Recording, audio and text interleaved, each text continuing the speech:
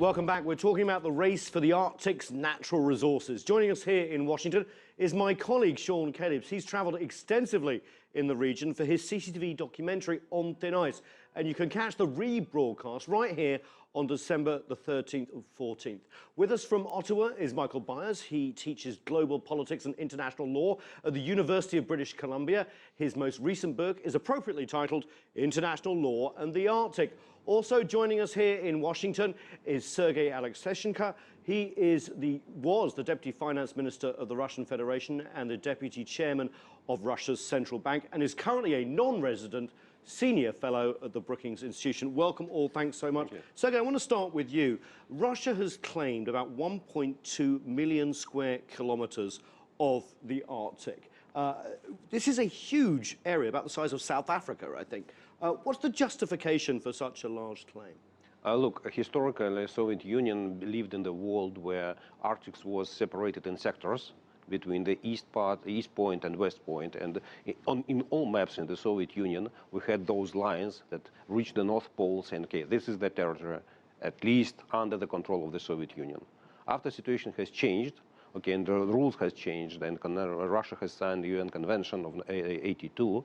Okay, there were new rules. That's the Convention of the Law of the Sea. Yeah, Law of the Sea, yes. And Russia decided to play according to the international rules. So according to international rules, any country in the Arctic region may claim for additional territory under its economic control if it proves that geologically it's continuation of its structures on the shore.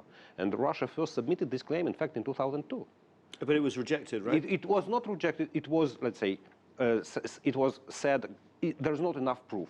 It was not a rejection, but Russia, it's not a resubmission. It's just added some additional documents saying, okay, this is the proof. It took, okay, a long time, 13 years. Nevertheless, Russia did it, and it's nothing strange. Nothing strange. Any country can do it. And while they're doing it, I seem to remember they put a titanium flag at the bottom of the Arctic Ocean. Okay, we like symbols. We like symbols. Well, it's interesting. Someone placing the moon its flag, yeah? That's an excellent point. Michael, I'm going to bring you in from Ottawa here because, of course, Canada has claims as well. Russia has claims, which are legitimate, because some of these are very overlapping. Well, the first thing to remember is that the issues in the Arctic concern the ocean. Each of the Arctic countries has vast amounts of Arctic land that are not contested by anyone else. So the issues are maritime in character. The Arctic Ocean, in the middle of the Arctic, is a very large ocean, and there are countries with extensive coastlines. Russia with an enormous coastline, because Russia is the largest country in the world. Canada with the longest coastline of any country, and this ocean in the middle. So Russia is claiming the seabed, the ocean floor, of roughly 40% of that ocean. And Denmark is claiming maybe 25% because Denmark has Greenland, the largest island in the world, as its Arctic territory. Canada has not yet made a claim to Arctic Ocean seabed, but could potentially claim somewhere around 30%. If you add all that up, it's still not 100%. There's lots of Arctic Ocean to go around.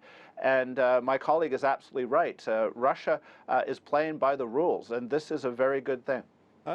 Sean, you've been up at the Arctic for most of this year, and you've been going back and forth over 20 years. Your documentary was excellent, by the way. You can watch it here on CCTV. 8 countries basically involved. You've got Russia, the US, Canada, Iceland, Norway, Sweden, Finland, and the Kingdom of Denmark. They sort of form this Arctic Council, but there are other countries who have a stake in what happens up there as well. How does all this get sorted out? You know, it's interesting because what we're talking about, I don't think people would have been talking about this 20 or 30 years ago, because this was all frozen solid. But the fact that climate change is dramatically changing the conditions up there, it's making it very topical. You talked about the Arctic Council, the 8 nations that do have land within the Arctic. But one thing that nations have always been able to do in the Arctic is put aside geopolitical concerns. We've seen this go back. Is that still happening because of these claims and because of tensions, say, between Russia over the Ukraine and the U.S.? Yeah, you know, we were talking about that earlier, that there have been some reports that the U.S. doesn't want to work with Russia because of what's going on in Ukraine right now, but that's just not the case. I had a chance to speak with Admiral Papp. He is the U.S. State Department Special Representative for the Arctic for the United States, and he works directly with the State Department, directly with John Kerry, said absolutely not. This is one thing, the United States and Russia will keep a dialogue open about what is going on in the Arctic. Is Russia in a unique position here? It has by far the biggest resources. I think it's over 40 icebreakers in the Arctic. It has a long coastline looking to develop oil, and the U.S. seems far behind. Is that right?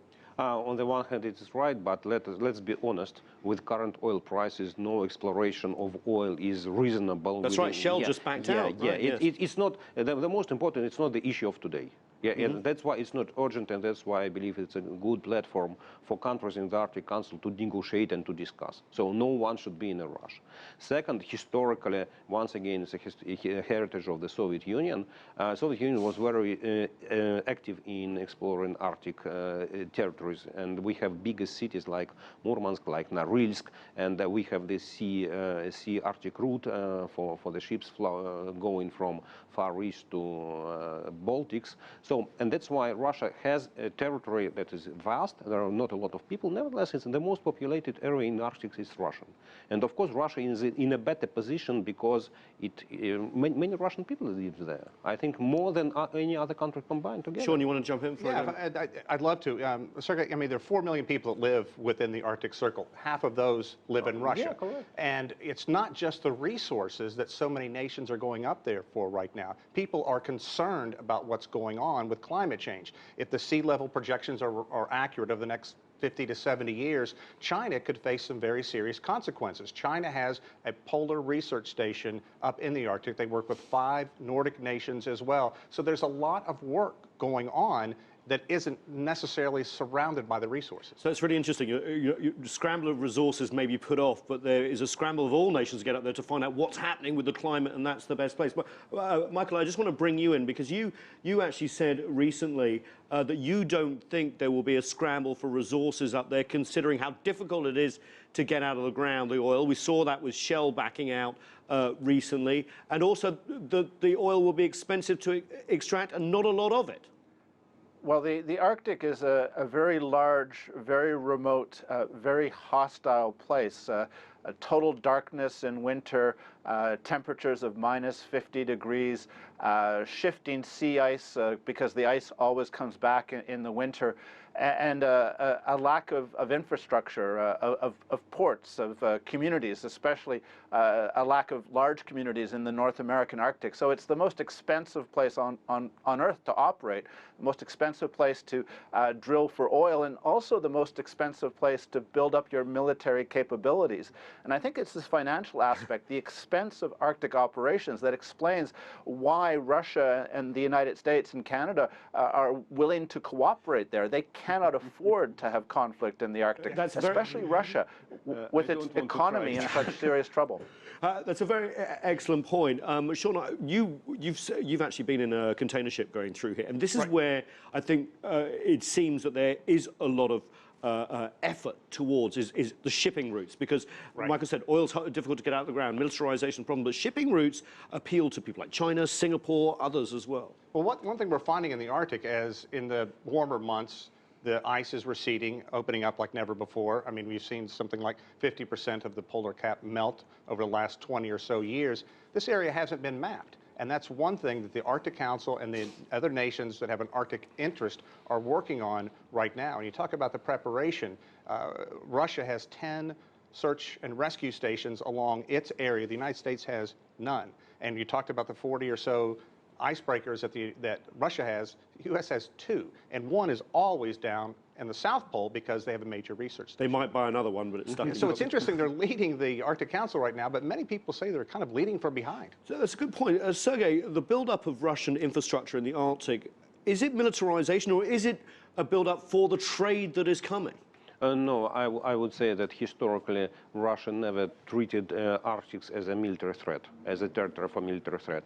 In very recent, maybe couple of years or even months, Russia started to deploy some minor troops there, but I think it's mainly because of training purposes and just to test its weapons in the Arctic climate. Yeah, so it's definitely not a military area because, as Michael said, it's very expensive. It's very expensive to support any life there. That's a very interesting point because there's a lot of concern about that, and you don't feel there's a rush towards that. Michael, let's talk about if things are carved up, for example, between Canada and Russia and the West. Is there still room for cooperation, or could we see a battle for resources, especially if the oil prices go up to $100 a barrel again? Well, the good news here is that all of the Arctic countries are very open to foreign investment and very open to supporting shipping by reputable shipping companies. The Arctic is open. Russia is allowing Chinese container ships to use the Northern Sea route. Canada is allowing foreign vessels to use the Northwest Passage. And all of the Arctic countries are very eager to have foreign investment in the oil and gas industries, for instance. And as a result of that, it's not a place where non-Arctic countries are excluded. It's a place where the Arctic countries are saying, look, this is our land. Some of the ocean is ours, and we want to work with other countries, including to deal with the expensive operations, the challenge, the fiscal challenges. So there are opportunities for non-Arctic companies to invest in the Arctic in partnership with Arctic governments. Michael, opportunities for companies, but also problems for the people up there, as you've witnessed recently, Sean. Yeah, it's interesting to watch this tug of war in these small native indigenous populations that kind of dot the coastal area in Alaska and Canada, where we spend a great deal of time. It wasn't just Shell Oil that pulled out. On November 17th, Statoil, a Norwegian giant, pulled out. And this is a company that has extensive experience in working in ice and very bad weather. So if they're pulling out saying you can't make money, you have to think internationally no one's going to look until oil goes way back up. But about the people, there's very little income there. And they see these resources as a way to funnel money in where they can have a better life, better roads, better services, better hope for their children. But at the same time, you lose this wonderfully rich culture that has always gone on, the subsistence hunting, the dances of the indigenous populations. It's just wonderful to see. It's a fascinating subject. Unfortunately, that's all we have time for. Sergey Aleksashenko here in the studio. Sean Callebs, our CCTV expert on the Arctic. He's been there most of the year. Michael Byers in Ottawa, thanks so much for joining. That's all we have time for. There's plenty more on the Arctic coverage for you to enjoy on air and online. Be sure to check out the rebroadcast, as we just said, of Sean's documentary On Thin Ice, December the 13th and 14th, and log on to the website onthinIce.cctv-america.com to see all the exclusives from his trip to the Arctic Circle. I'm Nathan King in Washington, D.C., and thanks so much for watching.